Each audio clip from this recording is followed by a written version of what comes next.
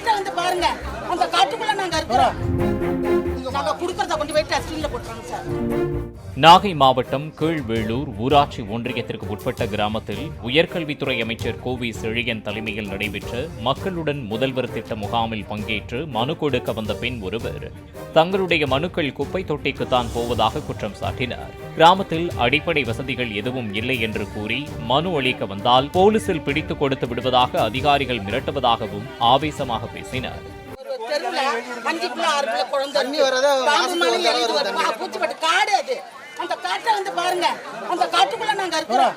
ஒரு லைட் வசதி இல்ல, ஒரு தண்ணி வசதி இல்ல. அப்ப எதுக்கு தான் இருக்கிறாங்க இவங்கெல்லாம்? சொல்ல போனா போலீஸ்ல சொல்லுவாங்க. என்ன எதுக்கு போலீஸ்ல சொல்லுவாங்க சார்? 10 தடவை கொடுத்துறோம் சார். இதுக்கு நடக்கவே இல்லைங்க சார். நாங்க குடுக்கறத கொண்டு போய் டஸ்ட்பின்ல போட்டுறாங்க சார். டஸ்ட்பின்ல போட்டுறாங்க. சுடுகாடா போயிட்டு சுடுகாடு தான் எங்க தெரு.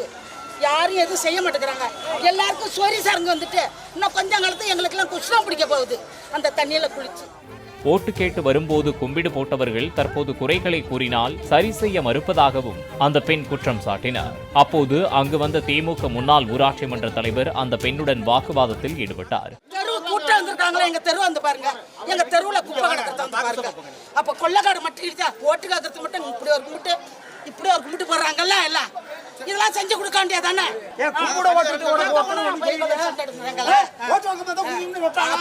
வந்து பாருங்க, வந்து பாருங்க.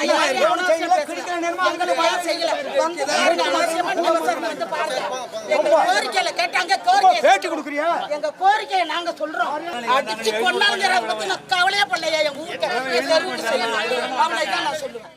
இதனைத் தொடர்ந்து பேசிய அமைச்சர் கோவி செழியன் மனு கொடுத்த சில மணி நேரங்களிலேயே மக்களுக்கான உதவிகளை நாகை மாவட்டத்தில் ஆட்சியர் செயல்படுத்தி வருவதாகவும் இது கம்பராமாயணமோ கட்டுக்கதையோ அல்ல என்றும் கூறினார்.